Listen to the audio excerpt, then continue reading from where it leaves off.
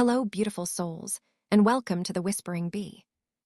This is where real stories about love, friendship, betrayal, and healing come alive. No sugarcoating, no fairy tales, just raw, honest tales about the messy, beautiful reality of human connection.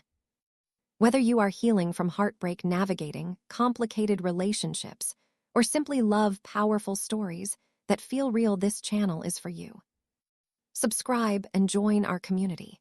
Hit that notification bell because new stories drop regularly and you will not want to miss them. Remember, every ending is just a new beginning in disguise. At 31, I'd finally hit my stride. Senior project manager at a mid-sized tech consulting firm in Portland, not flashy, but solid. I was good at what I did, managing teams, keeping clients happy, hitting deadlines. The kind of reliable that gets you noticed. That Tuesday in March, my boss Derek called me into his office. I'd been expecting a quarterly review, maybe some feedback on the Morrison account. What I got instead changed everything. Lucas, we're expanding the European operations, Derek said, leaning back in his chair with that particular smile that meant good news was coming. Berlin office. We need someone to build out the technical consulting division from the ground up. Director of Technical Solutions, EMEA. It's yours if you want it. Director, not senior this or junior that. Director. My heart hammered. I want it. There's a catch, Derek continued. 8 months in Munich first. Intensive training program, leadership development, European business practices, German language basics, the works. You'd leave in 2 weeks. 2 weeks, 8 months, Europe. I must have hesitated because Derek added, 20% salary bump, signing bonus, relocation package when you move to Berlin permanently. This is the fast track, Lucas. You're 31. Do this right, and you're looking at VP before you're 35. I didn't hesitate again. I'm in. Walking back to my desk, I felt like I was floating. Everything was falling into place. Great job, check. Now an incredible promotion, check. And the girlfriend I'd been with for 2.5 years, Evie, I'd been planning to propose for months. The ring was already bought, tucked in my sock drawer for the past week. A simple platinum band with a small, clear diamond. Nothing ostentatious, but real, lasting. I'd been thinking about timing. Maybe a weekend trip to the coast, something intimate.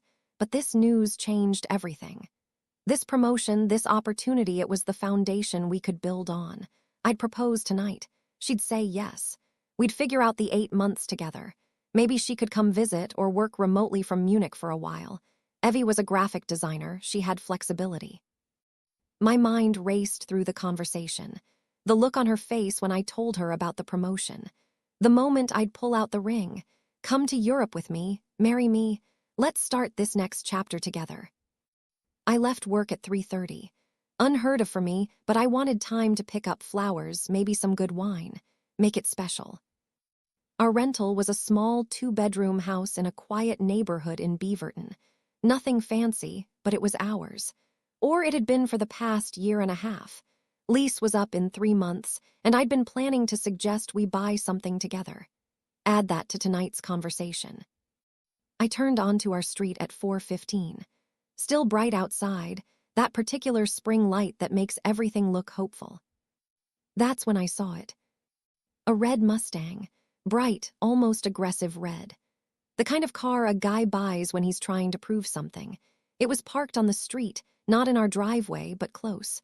Right in front of the neighbor's house, but angled like whoever parked it was visiting our place. I noticed it because it was so unlike anything in our neighborhood. We had Subarus, Hondas, a few Teslas. Practical Pacific Northwest cars. And it was definitely unlike my black RAV4, which I parked in our driveway behind Evie's white Civic. Her car was there, home early too, apparently. I sat in my car for a moment, engine off, rehearsing how I'd tell her. Evie, sit down, I have news. No, too serious. Hey, remember how I had that meeting with Derek today? Better. Casual, building to the reveal. I grabbed my messenger bag and got out. The front door was unlocked normal when Evie was home. I pushed it open. Evie, I called. No answer. The living room was empty. Afternoon light streamed through the windows, catching dust motes in the air. Everything looked normal. Her laptop was closed on the coffee table. A mug of tea, still steaming slightly, sat next to it. I heard voices then, distant, muffled, not from the living room. For a second, I thought she was on a call. She sometimes took client meetings in the bedroom when she needed quiet. But something felt off. The voices had a particular quality low, intimate, not the crisp professional tone she used for work. I set down my bag carefully, quietly. I'm not sure why I was quiet. Instinct, maybe. Instead of calling out again, I walked through the kitchen to the back door. Our bedroom was at the rear of the house. If I went out back, I could. What? I wasn't even sure what I was doing. The back door opened silently. I'd oiled the hinges a month ago. Now the voices were clearer. Through the bedroom window, which was cracked open a few inches. Not words exactly, but sounds. The particular rhythm and tone that can only mean one thing. I stood there in our small backyard, next to the flower beds I'd planted last spring, and listened. Maybe a minute, maybe less. Time went strange. A man's voice, low and breathless. God, I've missed this. Evie's laugh. That particular laugh I knew so well, breathy and delighted. Hush, we have to be quick. He might come home. He, meaning me. I felt very calm. Weirdly, unnaturally calm. Like I was watching this happen to someone else. Lucas, the reliable project manager, standing in his own backyard, listening to his girlfriend have sex with someone who drove an obnoxiously red Mustang. The ring in my sock drawer. The promotion I'd been so excited to share. The future I'd been building in my head on the drive home. All of it just gone, erased in 60 seconds. I backed away from the window carefully, walked back through the house like a stranger, got in my car, started the engine, drove. I drove to Washington Square, parked in the mall lot, and sat there. It was 4:45. Around me, people were shopping, living their normal lives, dealing with their normal problems. My phone buzzed. A text from Evie. Hey babe, you working late? The audacity of it hit me like a slap. She was asking me where I was while some guy was probably still in our bed. I didn't reply. I watched the clock. 4:50, 5 o'clock, 5:15. At 5:30, I called her. She answered on the second ring. Hey, where are you? Her voice was normal, bright, cheerful, like nothing had happened. Just leaving work, I lied smoothly. Heading home now, be there in 20. Oh, okay, I'm just working on some designs. Want me to start dinner? Sure, whatever you want. Great, see you soon, babe. She called me babe. The guy in the red Mustang probably just called her babe too. I drove home, took exactly 20 minutes. The Mustang was gone. Evie met me at the door with a kiss on the cheek. She was wearing yoga pants and one of my old t-shirts, hair slightly damp, recently showered. How was work? She asked, heading back to the kitchen where something was simmering on the stove. Fine, I said, same old stuff. I didn't tell her about the promotion. The words were right there, practiced and ready, but I kept them inside. Some instinct told me, don't give her this, don't share anything real. She didn't deserve it. That night, lying in bed next to her in the same bed, where she'd been with him hours earlier, I made a decision. I wasn't going to confront her. I wasn't going to yell or demand explanations or ask how long it had been going on. I wasn't going to give her the opportunity to cry, to apologize, to make promises about changing. I was simply going to leave. But not immediately. I had 2 weeks before Munich, 3 months left on our lease. Breaking it early would cost me money, and I'd need that money for the move, for setting up my new life. So I'd stay, I'd be civil, and I'd make these 3 months as subtly uncomfortable for her as possible. Petty, absolutely, but it felt like the only power I had left. The next morning, I started. Evie had a morning routine that was sacred to her. Wake up at 6:30, shower, blow dry and straighten her hair, apply her extensive skincare routine, dress, leave for her co-working space by 8:30. She was militant about it. After she left that day, I went into the bathroom. Her hair dryer was an expensive Dyson she'd bought herself $300, she'd told me proudly. Her straightener was a similar investment. I unscrewed the back of each plug, removed the little circular batteries that provided power, and screwed them back together.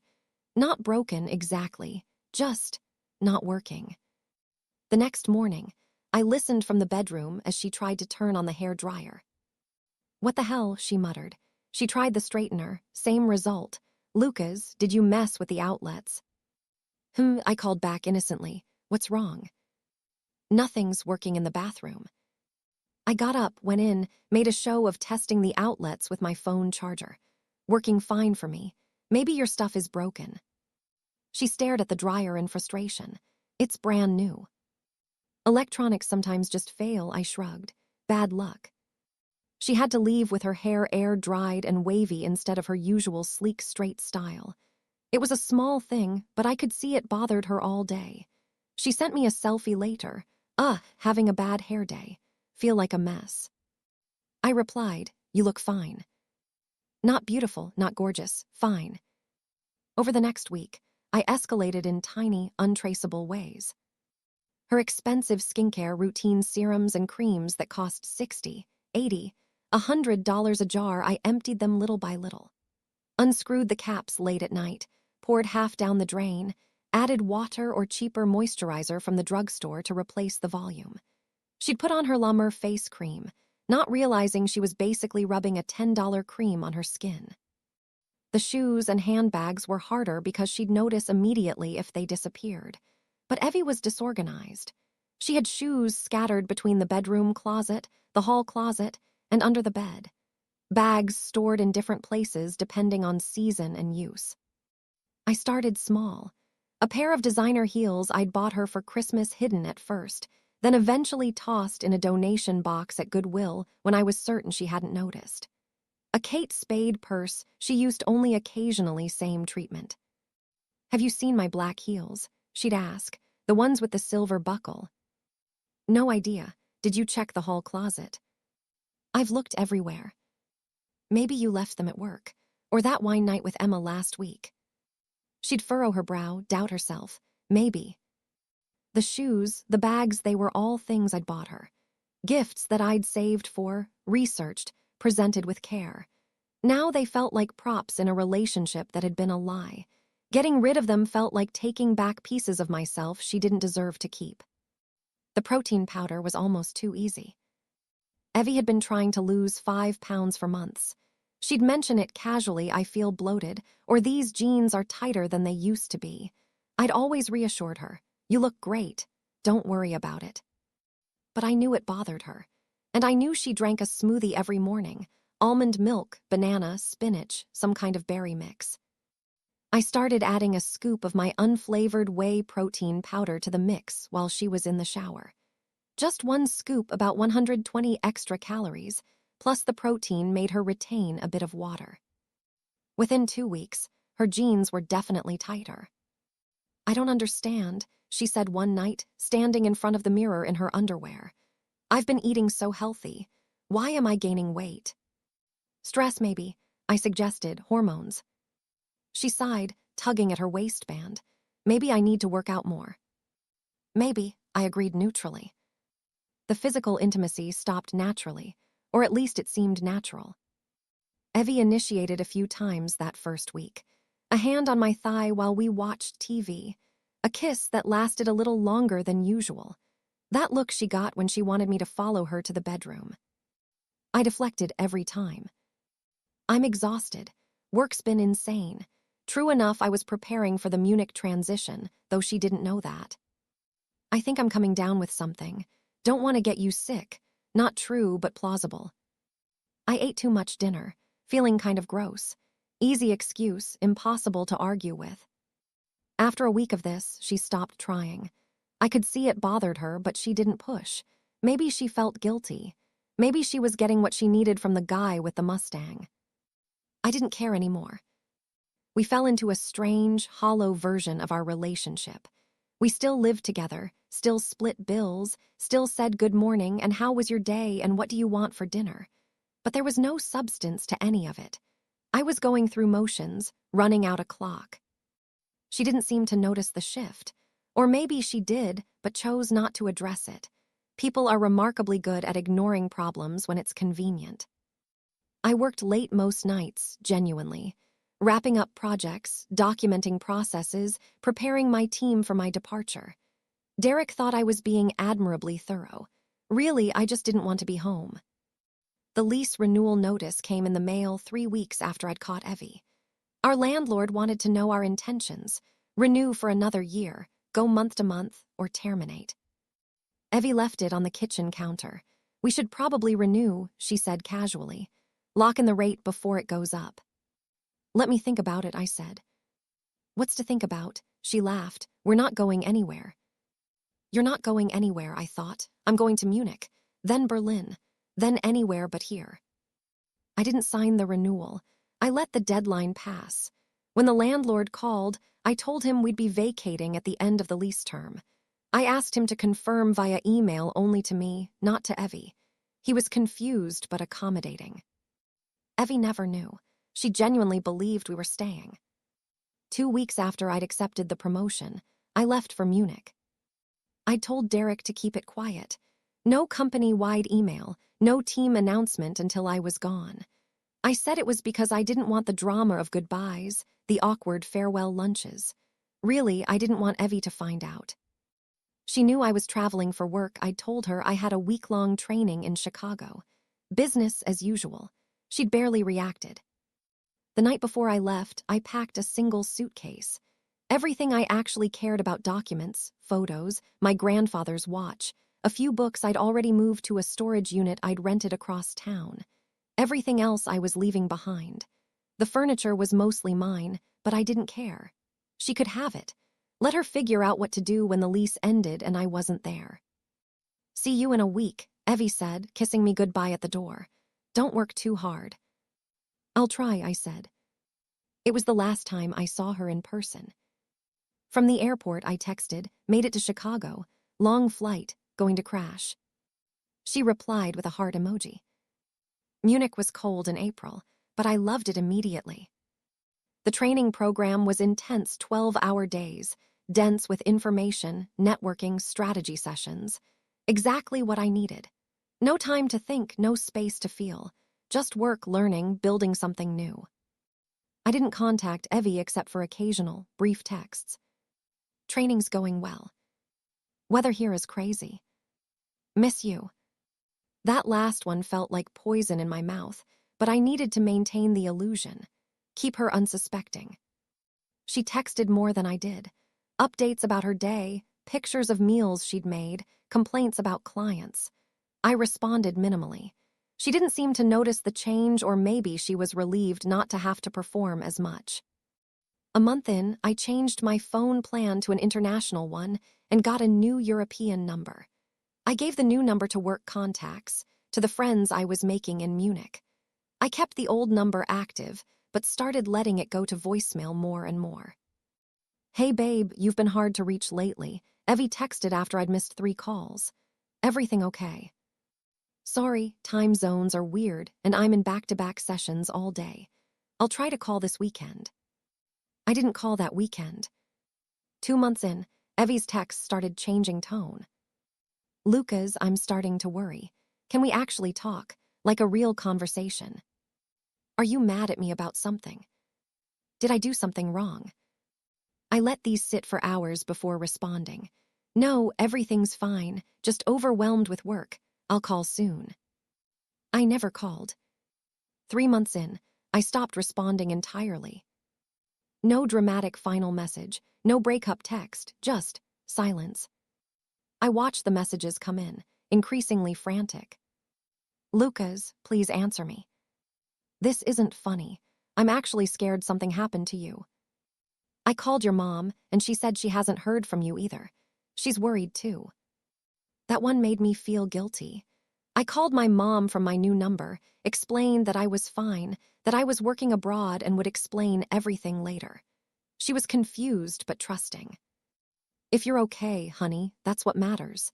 But Evie's been calling here. Don't tell her anything, Mom. Please. I'll explain when I'm back. Lucas, what's going on? I promise I'll explain, just trust me. She did, though I could hear the worry in her voice. Evie's messages continued. I don't understand what I did. Please just tell me what's wrong, and we can fix it. I love you. Whatever's happening, we can work through it.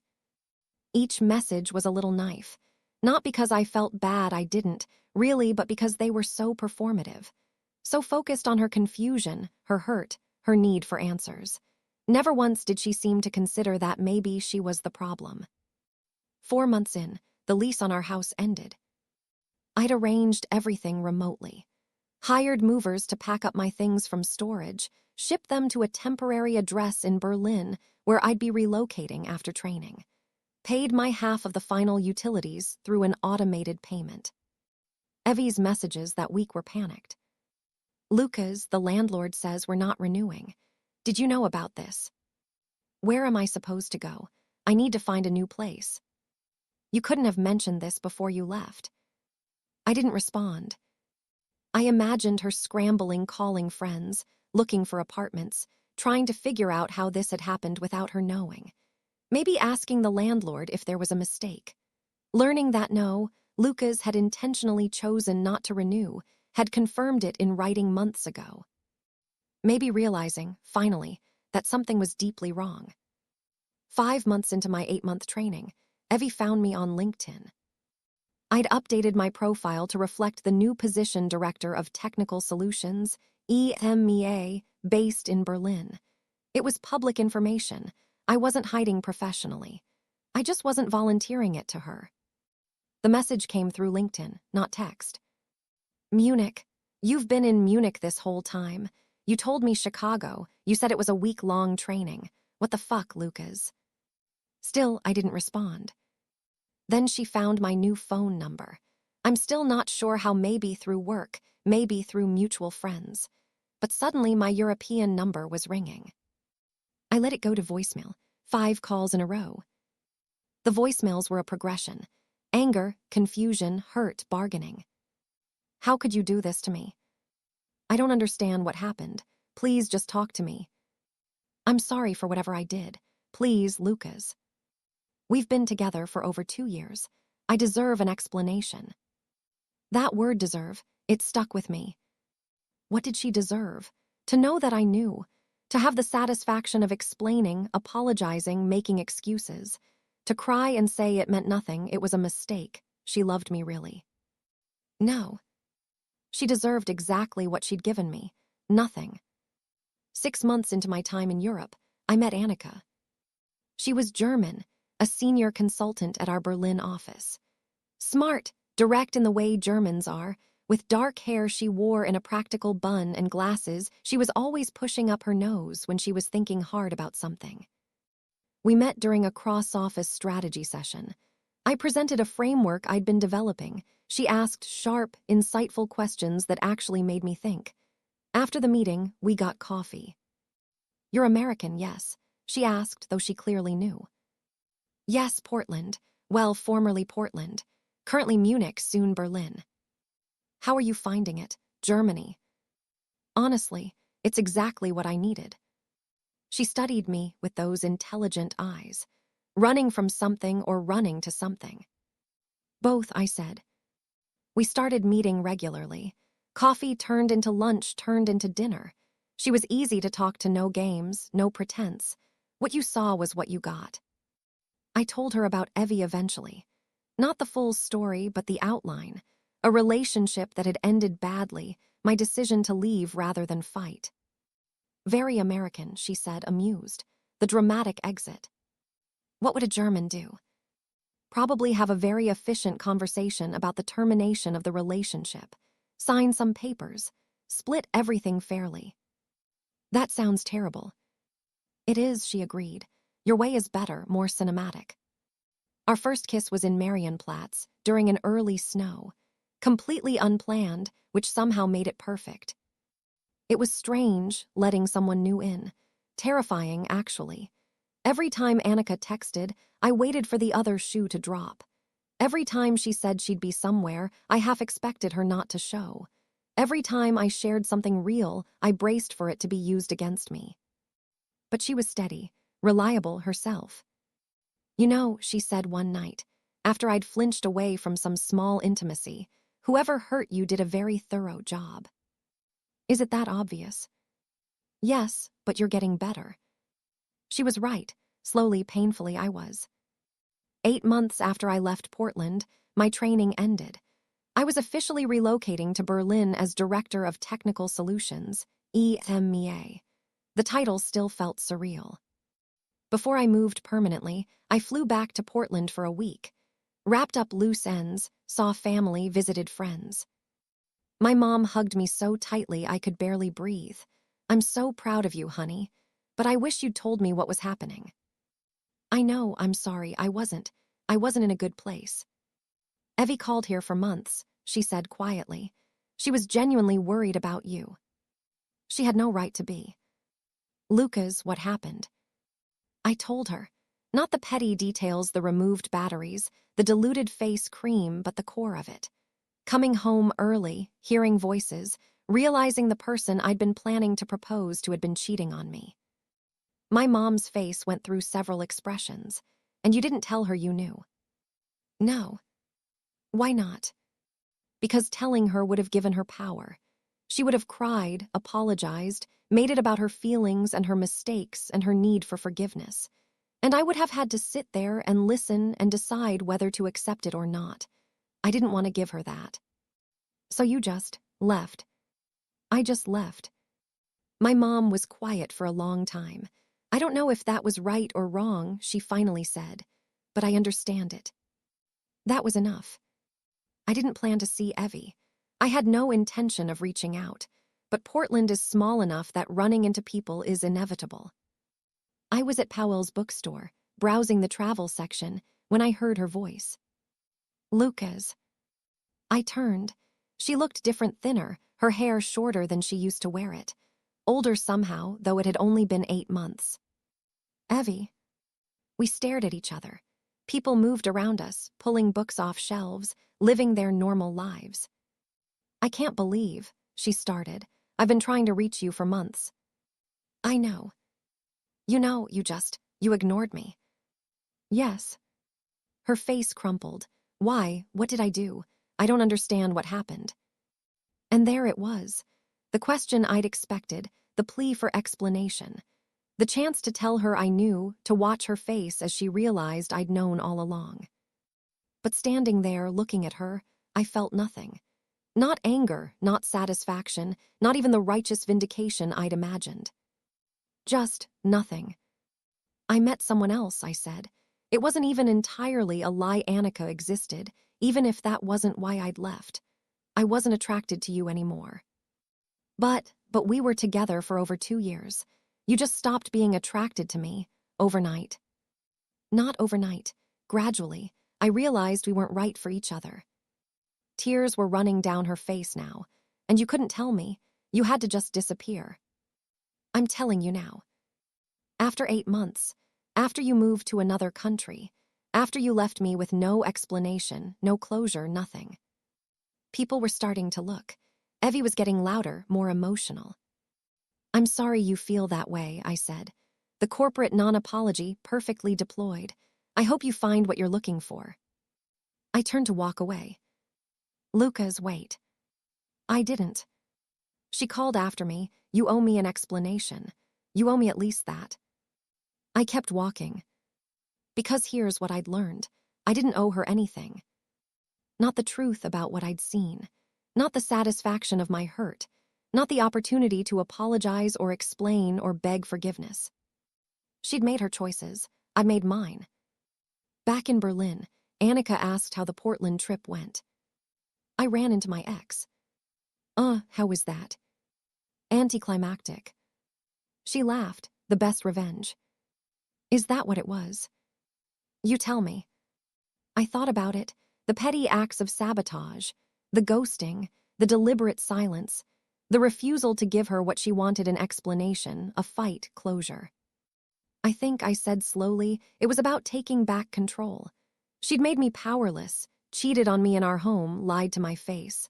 I couldn't change what she'd done, but I could control how I responded. And now I'm here, with you, building something new. She kissed me, good answer. But it wasn't entirely true. The trust thing that was still a work in progress. I found myself checking Annika's phone when she left it unattended, hating myself for it, but doing it anyway, looking for texts from other men, evidence of lies. I never found anything, because there was nothing to find. When she said she was working late, she was actually working late. When she said she was meeting a friend, she was meeting a friend. When she said I love you, she meant it. It took me a year to fully believe it. A year of therapy, actually.